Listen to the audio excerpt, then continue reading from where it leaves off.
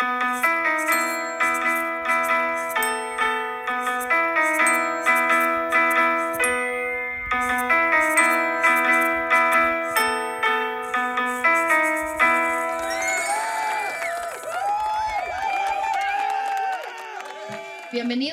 Welcome.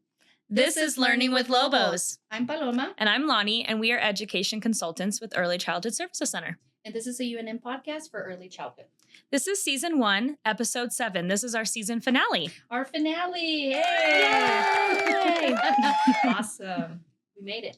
And we have a special guest with us today. We're really excited. Shannon Bracamonte is here. Senior, tell me your title before I mess it up. Program Operations Director. Program Operations Director of the South Region. Yes. Yes? I mean, you guys work everywhere. Yeah, but we kind of cover the whole state, but you got it. Yeah. So we're super excited that Shannon's here, and you brought some books, plural. yes. So you want to go one by one? How do you want to do this? You want to explain to us or introduce some of these books? Sure. So the main book that kind of started off my exploration and kind of into my passion is the Circles book. And that really kind of encompasses the circles all around us is what it's titled as, but really how we come into this world and build our circles and build those ripples of connection and the energy around us and how it's impactful to everyone around us, our environment. And then some of the other books I brought kind of spin off of that, of as you're having these conversations with children or friends or colleagues, really bringing in the importance of connection, the importance of humanity, thinking about having those talks about equality, about activism, about kindness, and about being upfront and using your voice. And sometimes there's things we don't know, but just ask. And Right. so these kind of build onto that social justice theme of really empowering children to see themselves as leaders in their own spaces and with their own friends and the people around them and how we can support that. I love that. You know, even just the just ask, you're talking about kids having a voice, but it can also work with educators who are too scared to talk about this stuff too. Mm-hmm. So just ask. If you have a question, ask your consultant, look it up, watch a podcast, watch our podcast, Yes. read a book. Sometimes that's the best entry, even for a teacher that doesn't feel comfortable, wants to open up the conversation or perspective taking in the classroom, but doesn't even know how to do it authentically or how to do it respectfully. And sometimes the best way to start is with a book and have that kind of guide the conversation and guide the questions for the children or see what they come up with when they hear the book.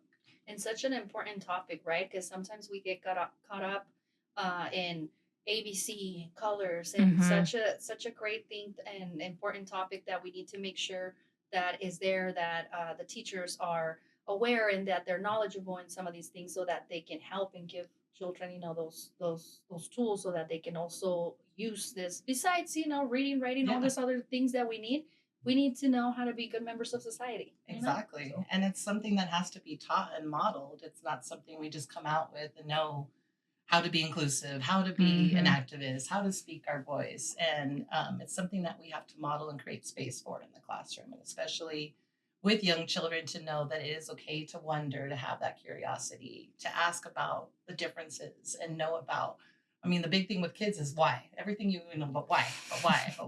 And, you know, books and having conversations lead to understanding and lead to that sense of belonging for others, because now you know why. Now I feel I belong.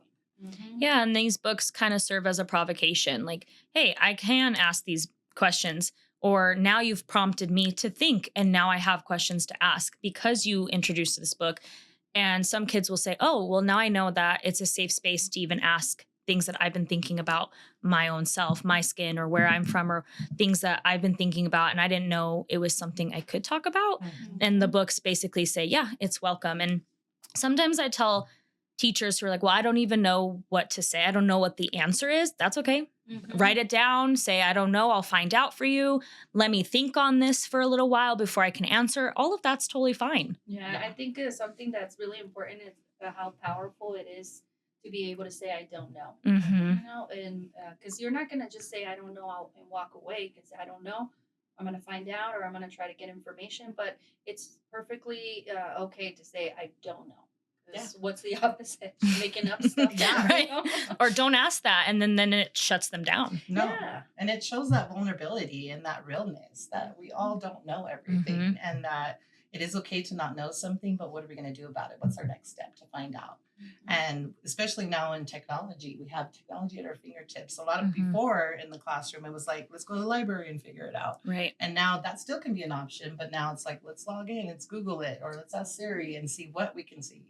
And so there's so many options that you can kind of feed that curiosity or feed that wonder in kids that you don't have to just be like, I don't know, walk away. Right. This really allows that openness in that. And I suppose that reminded me too. I think we've touched on this, Loni, in a previous episode, but also in our trainings of how in the past discipline was you had to have some fear. You know, you have to put fear in. Oh, I can't ask questions, or you have to be quiet, sit down properly, quiet. And so I love that, especially the one that you said focuses on asking questions and curiosity, because that's how we learn. And something in one of the books that we had, I don't remember, but that it had a quote from Einstein that he's not the most intelligent person in the world, but he's curious. So we want that curiosity, right? We want to foment that. But yeah, wasn't that LFC? Yeah. I was thinking, well, pop quiz for myself. Yes. I'm sure the quote is everywhere, you know, because it's like you think one of the smartest people in the world, the most brilliant people that we've ever known, to say, no, I'm just curious. I just want to ask questions. It brings me back to that whole, no, sit down, be quiet, be, you know, a good boy, good girl, as opposed to, hey, why? And then getting more information, getting, you know, them all the knowledge that we can. I think books are so amazing for that because, you know, I think I mentioned it in, was it season 1, episode 1 about the Chocolate Me book? Yeah. And how it like brought everyone into talking about, oh, what am I? I'm peanut butter. It's like books, like you said, Shannon, it starts the conversation. Yeah. And maybe that child never thought, maybe in her head internally was like, oh, I don't even know where I belong. Can I even mention this? Can I even talk about it? And so it opened that space. And so I really love, like you said, this one, just ask.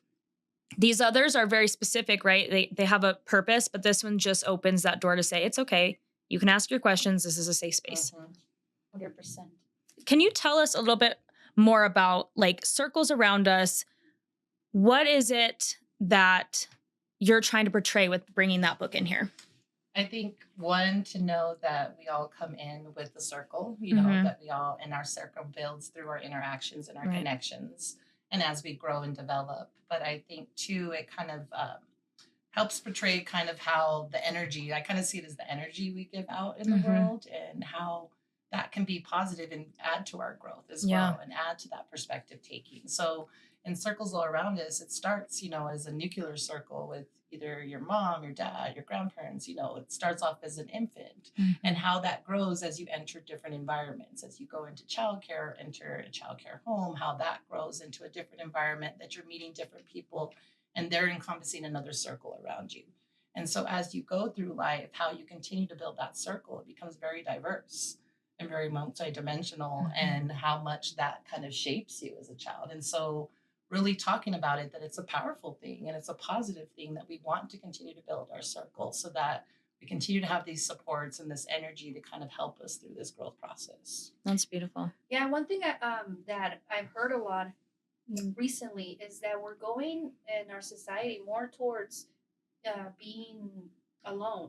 Like everything, because you can order food, you can, everything you can order online, you know, I mean, anything you can think of that you need, toilet paper, you can order online and gets mailed to you or delivered. So we're moving into this loner, you know, situation. Lone wolf. Yeah, which I'm not gonna lie, I love being alone. But if we don't open up and make those circles and have a community, or, you know, I think about if I'm gone and something happens to my house, if one of the neighbors are going to help my cat and my dog, you know, and so you think about when I see all these neighbors that invite me, a lot of my neighborhood, they're older folks, and they invite me for card games and things like that. I'm like, I don't have time for that. But then I think, you know, I do need to try to be more neighborly, because those circles that you said Yeah, like are they important. will impact you. I feel that. I like being by myself. I know. I think we all do. I think because in the field that we work in, we're so connected and always giving or receiving from others. So when it's our downtime, We need a we're break. like, no one talked to me, no one touched me, kind of thing. A break from reflecting. Yeah. I would think. I'm like, I'm Yeah. done talking to people. I don't want to talk to anyone. But I do think, like, you know, many times in the different episodes we've said in different aspects, it's always brought up, it takes a village. Like, we've come back to that so many times. It takes a healthy village. It takes a healthy village, and it's such a similar concept. And, you know, when you first brought the book, I kind of saw it differently. I kind of saw it as like this lens of like, okay, the circle, it'll be, you know, it'll either have a positive effect or a negative effect, especially depending on the teacher and what kind of books you're reading, what kind of conversations you're talking about. You know, are you giving them a window into others and those differences and teaching them empathy and tolerance? Are you giving them a mirror so they learn about themselves? And or are they getting negative connotations and situations happening where they start to self-doubt or not like who they are, where they're from, and then that circle kind of, you know, can be broken. Right. Interesting. I think it opens it up to have those conversations and to see where it can go either way. But I think, I mean, positive and negative, we're all going to meet those different parts of circles, but that's where it shapes us and shows that resilience and our perseverance in ourselves. And I think the main thing for me is to send the message that we have an impact, to let the kids know you have an impact. Your words are powerful. Yeah. You being, you know, I see you, you're here, you were impactful, and really making them feel that power in themselves so that any interaction you have should be a healthy, positive interaction, to always think about that. And so I think as you're creating a classroom community, especially, you know, we always want to say, okay, these are rules, instead of having the conversations of the why. And why is it important to have our circles around us? Why is this a community? And what is important to us within this community that we want to, with our friends, be able to support and respect our friends? So really, you know, I always say, let's talk about the whys behind these things before we get to the rules. I mean, rules and expectations are important, but let's have them understand the why and what's important to the ones that are here in this room right here.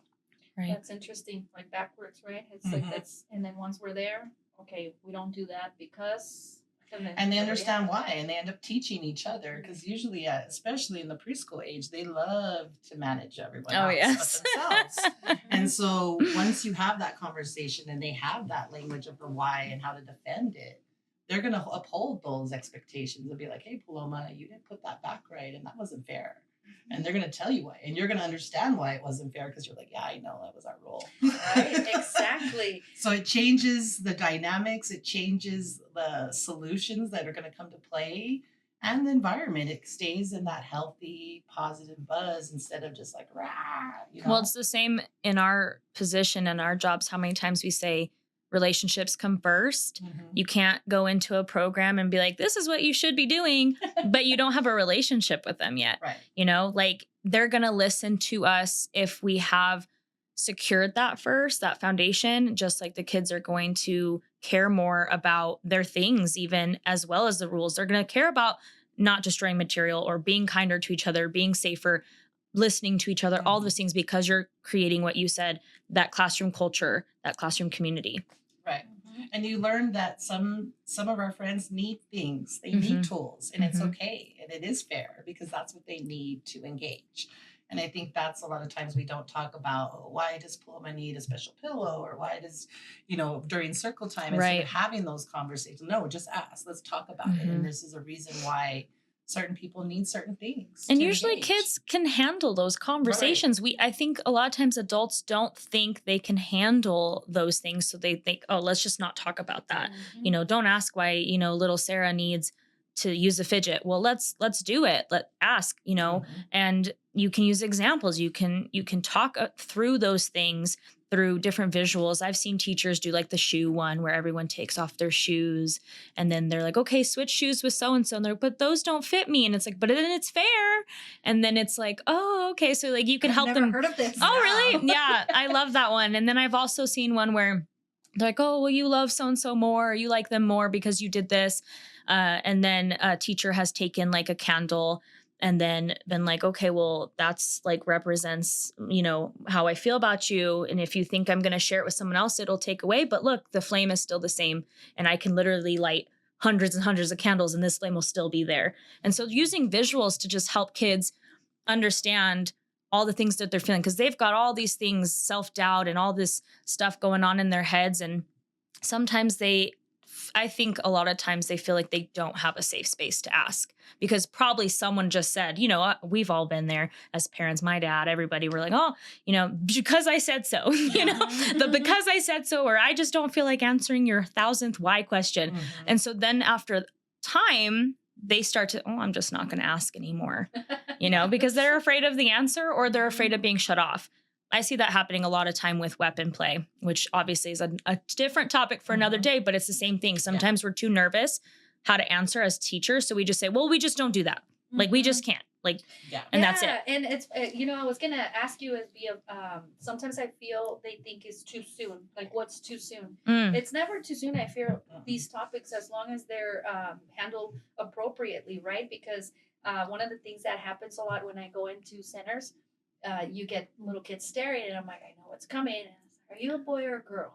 And it depends, you know, on the day, but sometimes I'm like, I don't know, what do you think? And we have a conversation. But I've had teachers, they get so nervous. Don't ask that. No, don't. Yes. And it's like, why not? Be nice. They're How dare curious. you say that? Yes. And it's like, no, let's give them the freedom and the opportunity. I like how you said, and you mentioned too, as be of that safe space of being able to ask questions. And hey, if all their life from the beginning, even before they're born, with the gender revealing parties, they're told boy, girl, pink, blue, boy, girl, pink, blue. Of course, you're gonna have those questions.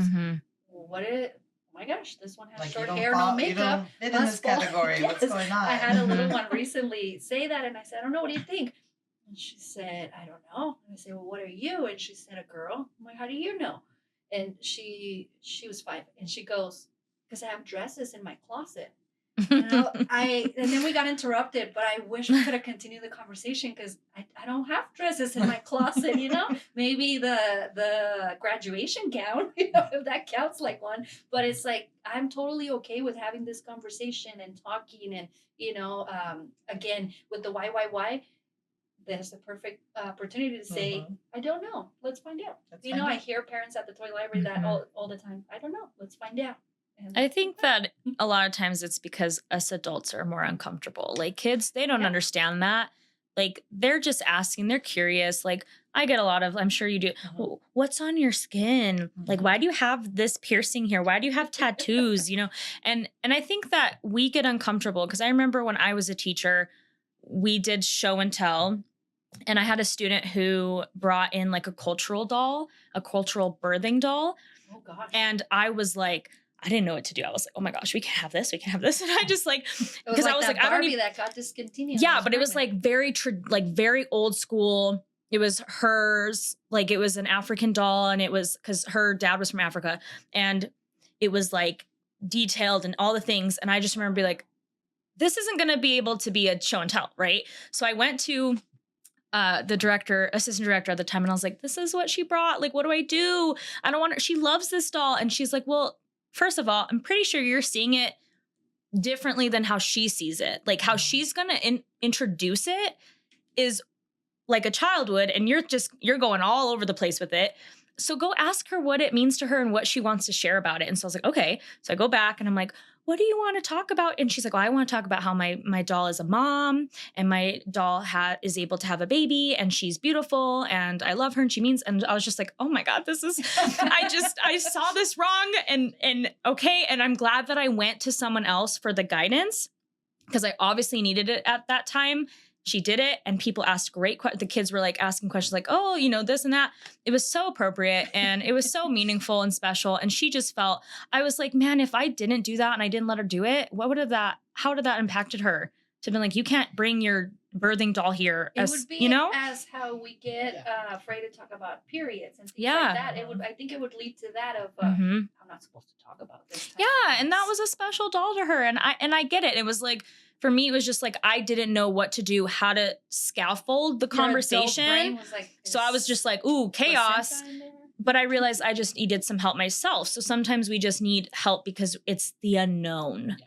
Or it's our own understanding, our own past experiences we're bringing forward. Like, I would never have said this when I was younger to my family. So you just have that shut off, but really having yourself to really reflect and to be able to open up, like, hey, having that person to go to help kind of unpack that for you, that, okay, this isn't about me. I'm seeing it one way. Right. Let me look at it the lens of the child. Why is she bringing this? Why is it important to her? And really finding ourselves to put ourselves in check sometimes to say, you know, I recognize my trauma with this topic, but I need to get over it, and let me look to books, or let me look to supports I have, my colleagues, or the internet. What can I learn to help me feel more confident in having these conversations? Even just like slowing down. If I just slowed down in that moment and was like, okay, Loni, like I kind of just went all over the place really fast with this could happen, it's not appropriate, parents will be mad. And then I just like needed to slow down and really think, okay, like let's just talk to the child about it and give space. And in that moment, I just needed to ask some questions. And we're always talking about, asking questions and curiosity and all that. But recently I was drawing with my wife and my nephew, and he's 8 now. And he drew nipples. We were drawing people and he drew nipples. And right away I'm like, and my brother said, yeah, people have nipples. Why was I so afraid? So I started drawing my nipples too, and everything. My wife was, we got all into it. And my mom walked by, and both my wife and I, we got really tense and we stopped. And my nephew kept coloring his nipples, and we realized how we grew up. Like, you don't talk about that, you don't draw that, you don't say those things. And when my brother said to him, that's right, we all have nipples. That's true. Some of us have 3 or more. So it's like, and then curiosity, but again, the stigma of you can't have those conversations. You can't be curious. And we bring shame to it sometimes. Yes, shame. It's not wanting to be talked about because we had shame, or we're shamed about talking about it. So we continue to bring that as we're working with children, or working with our own children or nieces and nephews. It's like, oh, no. And it's like, well, wait, why was I feeling that way? Kind of have to remember, okay, no, everything's okay. I can talk about it. Everyone does have it. Yes. I feel like I could have brought that little girl shame of her doll. Yeah. And that, like, even thinking about it now, it makes me sad that it could have gone that way, Remember when I told you, I was telling Loni that I used to tell teachers during trainings that their job was just as important as a surgeon. They just don't get paid the same. But I used to tell them, when you have, a surgeon having someone on the table, if they make a mistake, it could be deadly, right? It could be detrimental. And a teacher, if not to scare them, but if you make a mistake, or you do something that, of course, we are all allowed to make mistakes, but you could have traumatized that child potentially after this, feeling some type of way about pregnancy, or just in general having babies, or not asking where babies come from, and things like that. That's what I meant. Is that you can do something in a there's an impact that can literally turn them off to learning more about it, or feel shamed on their culture. This is how my culture sees it. Right. And I think too, I have a different viewpoint now that I'm a mom. Like, I think like that was like young pre-mom Loni. This is now like post breastfeeding and all the things Loni. So I probably would have seen it differently. And it just takes time. It takes experience as a teacher. It takes a few years. It takes mentors and all of that. So I'm looking, Shannon, at this book, a little book about activism. So how does it, I think a lot of teachers are going to be like, how does you, just listening, it's literally called that. A little book it's not me being It actually is the title of the book, A Little Book About Activism. But I think a lot of teachers might be like, I don't even know where to start. What does that even mean for a child to be an activist? So tell us a little bit about, what does that even mean in a classroom? I think one is first about self-awareness, knowing who they are, and kind of their values, their family, kind of really having that ownership where they can own themselves in their space, and how to help them support to know that now that you have that ownership, you are an advocate in this world. As you move through everything that you do, use your voice to speak up when you see something is not right. Don't just turn a blind eye, And so it talks about those different moments that we go through through life, but how to empower them to see themselves as a leader, to that you have a voice, you have a mind, you are seen. How can you speak up for others and yourself? First up for yourself, but how can you do it for others within those circles of your community? And even it made me think of, I don't know if you guys done your UNM trainings. Yes. You know? I But did. it even touches on that too. Yeah. Of how Yeah, being that's a true. bystander, how it really, and we know this of, people can be getting hurt across Yeah, the it's like a street, but we're bystander effect. Yes, we're so now about it's not my problem. Like just keep Mhm. going with Mhm. yeah. Yeah, so I think it's And from I the think it's beginning. important for, especially at a young age, we want them to know as soon as they start talking, you have a voice. You can say no. You can say you Yeah. don't like things. You can ask those different questions, but really empowering them to use their voice, I think, is important, especially at an early age, because we're going to build on that as you talk about community, as you talk about circles. You can't talk about that without being an advocate, because you have to have that sense of ownership of who you are and how you stand in the world, like how you see yourself in your family, how you see yourself in your classroom, and be able to support them in that so that they can be strong young adults, strong adults as they continue growing. I love that, seeing your value, knowing your value, and a lot of the times you see that those little leaders in the classroom that they protect or Yeah. they speak up for others, Right. and maybe those others learn from that. But I love seeing that when someone's, hey, you shouldn't do that. They know Yeah. that, and they spoke up. Oh, Or even just, hey, so Miss Loni, so and so's hurt or crying. It's not always like that they're making sure the rules are being followed, but it's that they care about each other as well, and they're looking out for each other. What I love about what you're bringing to the table here, Shannon, is that what we talk a lot about is multicultural curriculum, but a lot of times multiculturalism falls flat because it turns into tourist curriculum. Right. And what we don't want is tourist curriculum, where we are seeing that we're just kind of teaching the kids and highlighting certain things like foods and holidays and stuff like that, and not the day-to-day life. But what you're bringing is truly an anti-bias way of teaching, which is talking about kindness and tolerance and empathy, understanding, strength, voice, self-awareness, self-confidence. Like, that's really what multiculturalism is wanting to be, but sometimes just doesn't get there. Yeah, I think sometimes we get stuck in those potlucks, and we kind of have to get beyond the potlucks, which is, food is a great way to bring multiple people to the table and to share what's important to them. But it goes beyond that, and we don't want to use that as like the tokenism of just, this is how we get to know others, through food. And we only know them through food and not know what else, who they are and what they are about. So I think that's important to really start those conversations. And one of the things we've been doing now that we've been working on is really kind of how to change that, and even in our work to see it more. I've been researching more of like the JEDI-B Principles, which is justice, equity, diversity, inclusion, and sense of belonging. So it's cool. More encompassing. I love Star Wars. So yes, that's I'm dope. JEDI-B person. But it really spoke to me more because of that multiculturalism or diversity that's been thrown around, because it becomes somewhat, it's powerful, but it comes somewhat tarnished the way we interact with it. Yes, I agree. And so when we start talking about JEDI-B and how it each kind of stands for something, and how do we encompass that in everything we're doing, it gives it, to me, for some reason right now, more power, that I'm really thinking about, what am I bringing to justice to the table? What am I bringing that's equitable to the table? And really allowing kids to start learning about that. Especially since they love Star Wars, you kind of like slip that in. Yes. That's perfect. But I think the big thing is that, like, the sense of belonging. I think, diversity, we always say, oh, it's beautiful to have so many people from different backgrounds.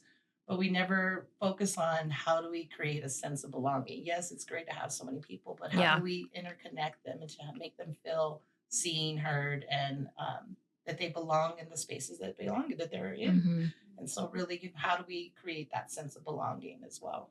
Yeah, I love that. I do too. I was, I don't know what I was watching recently, and I saw someone, I know what it was. It was Wicked. And I just saw that yesterday. Have you seen it? No, I haven't. Oh, it's so perfect to this topic. I'm not gonna. I went to Gladiator too. I was like, I love that for you. Wicked, Gladiator. Well, Wicked was really good. It was, and it was really good. There was a scene where the witch, I forgot her real name. Alphaba. Alphaba, I'm sorry, I don't want to be a color witch, but I don't think there's anything wrong with that, to be a bruja. But the witch comes into a dance, a party or something, a ball, and she just starts doing weird dances, and they're different. But the point of that scene is how she was so different because she's green, right? And she's she's not like us, and it was so powerful. I cry, I'm not gonna lie, with that scene, because her coming in and having her head up high and just dancing, I was just watching, tears were running down my eyes. And then later my wife and I had a conversation about it, and she was telling me, did you know that the other actress didn't know the dance moves on purpose so that she could learn by seeing her and do? And That's crazy. Wow, that was a powerful scene of like how, okay, you do have to have, like you said, that self worth and know your value to be able to walk into a room and you don't belong, maybe, or you don't feel like you belong, you're different, clearly. But then the other person seeing also like, okay, I'm gonna extend my hand, I'm gonna match you. Yes, it was such a beautiful scene. And I thought, well, to me, when we were talking, my wife, about it, just to make the story less long, what we concluded was that we totally connected with that scene because we really do know what it feels to walk into a room and be different. And I was telling her, it happens to me literally all the time. I walk in and heads are turned. It could be positive or negative at this point. At this point, I don't care anymore. But the heads get turned, and you feel that. And now it's, in that moment is you walk in with your head up high and you're yourself. But I have that. I love who I am, and I'm very self-aware. So now I walk in. I want the same for my nephew. I want him to walk in and, hey, I'm different, I'm unique, or I fit in, or I'm like everybody else, but walk in with that pride. feeling. Yes, that pride. There you go. Thank you, Loni. And it reminded me, that scene that's why I well, not just with in you, that scene, there's that point which, I mean, we're not trying to be too spoiler friendly here, but one of the characters is like, she doesn't care what anyone thinks of her, and then the other character says, yes, she does. And that's something powerful too. Like, a lot of times those most confident people aren't actually as confident as they look. But what we really want kids to know is that we want it to be authentic. Like, we don't want you to be putting on a front and pretending, just trying to get by because you've been hurt so much. And that's why that book, kindness is a superpower. We actually want kids to authentically be kind and understanding of each other, and also authentically love themselves and not have gone through so much negativity and discrimination and all these things throughout life where that confidence is now just like a front, because it's not, they're still hurting inside, and we don't want that for our students. Yeah, it's a mask. And that's kind of what happens in that movie, is that she's masking all that pain. But if we are teaching children just off the bat, we're all different in some little bit of ways and some huge giant ways. And it's a spectrum in that way. But I think if we start with them and just having those conversations and like everything that we've been saying, ask questions, be kind, speak up, have a voice, use your healthy village, all of that is going to hopefully create that more authenticity instead of a mask. That's true. Very true. Very true. Yeah. I think you brought so many good books too. Like, this is like what the first time we've had more than a one book of the month, because it's like a topic. You can't just bring one book. You're like, challenge accepted, but also here's 5.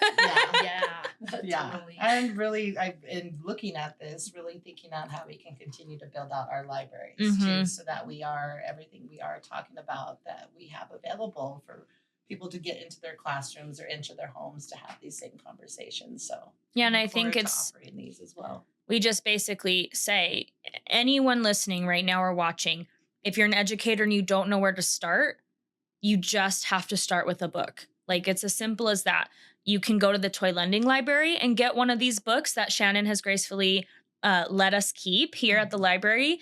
There are lots of opportunities for you to get access to a book, and that's where you can start. And then that ripple effect will start to grow, and then you'll start having conversations, and then all of that uncomfortableness and unsureness about these types of topics, it eventually will fade away because you're having conversations and reading wonderful books naturally. It'll just kind of naturally occur in the classroom. And so you don't have to put too much pressure on like, a curriculum or lesson plan or anything like that. Just come check out a cool book that talks about something like this and see where it takes your kids. Mm-hmm. That's a great idea. Yeah, and we do have a whole diversity inclusion section, you know, and I love that we're beefing that section up because at the beginning we love Dr. Seuss, we love Llama Llama, but I love having these books around so that teachers are not used to them as much as used to the art to the others. So this is a great selection. I really do love it too as well.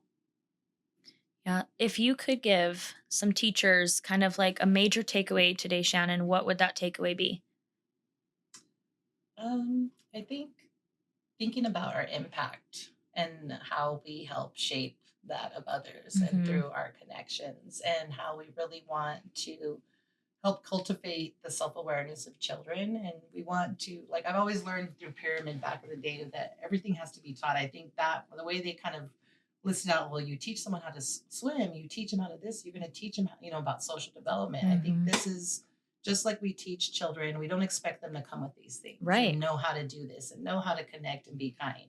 We have to teach and model it. And so really, and it's just as important as math and science and literacy. Definitely. And I think sometimes even, more important, because that's what helps us be stable enough to learn those things and be members of society. Yeah, and just to be good citizens. And I think especially, it's always been something on my mind to be those advocates and to have really supporting social justice at an early age.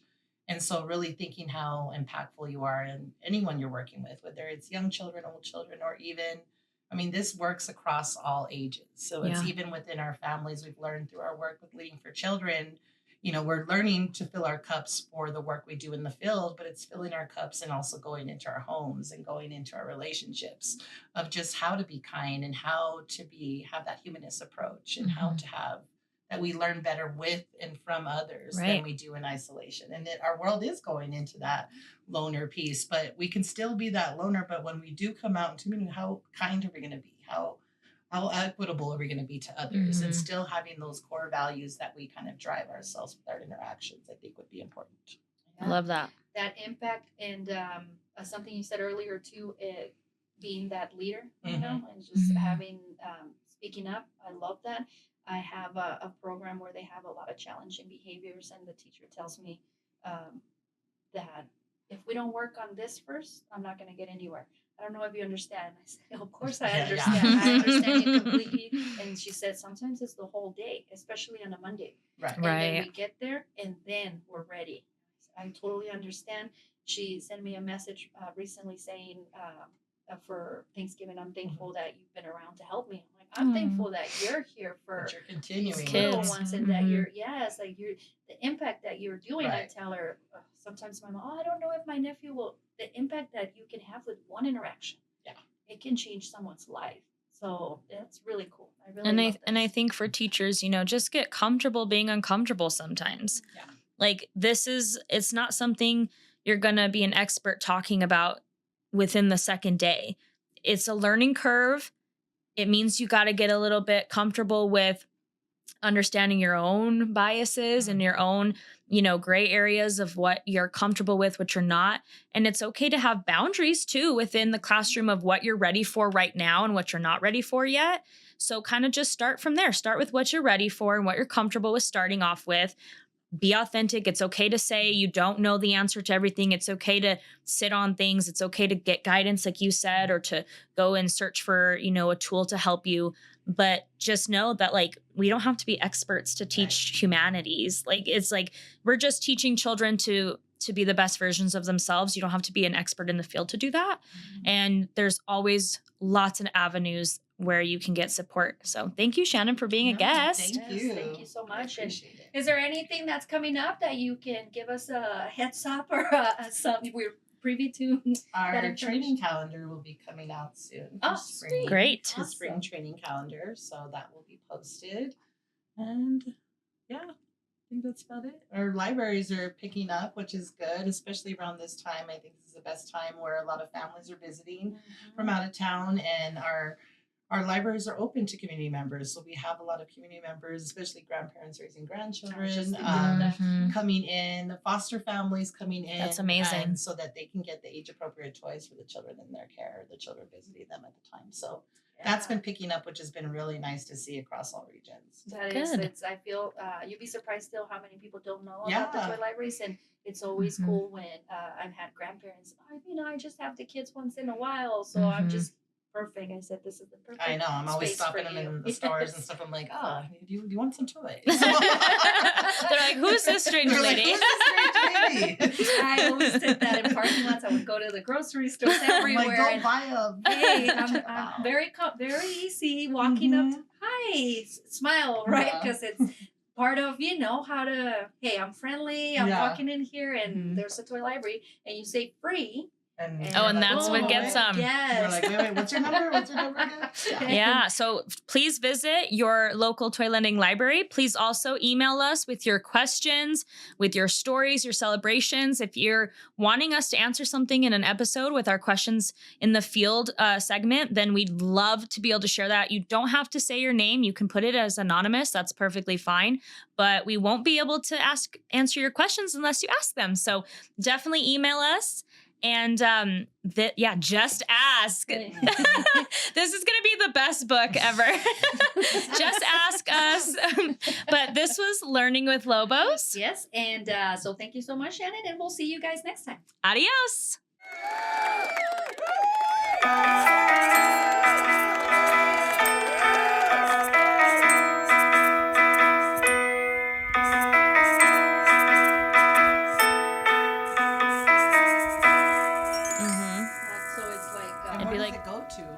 It goes to the North Pole.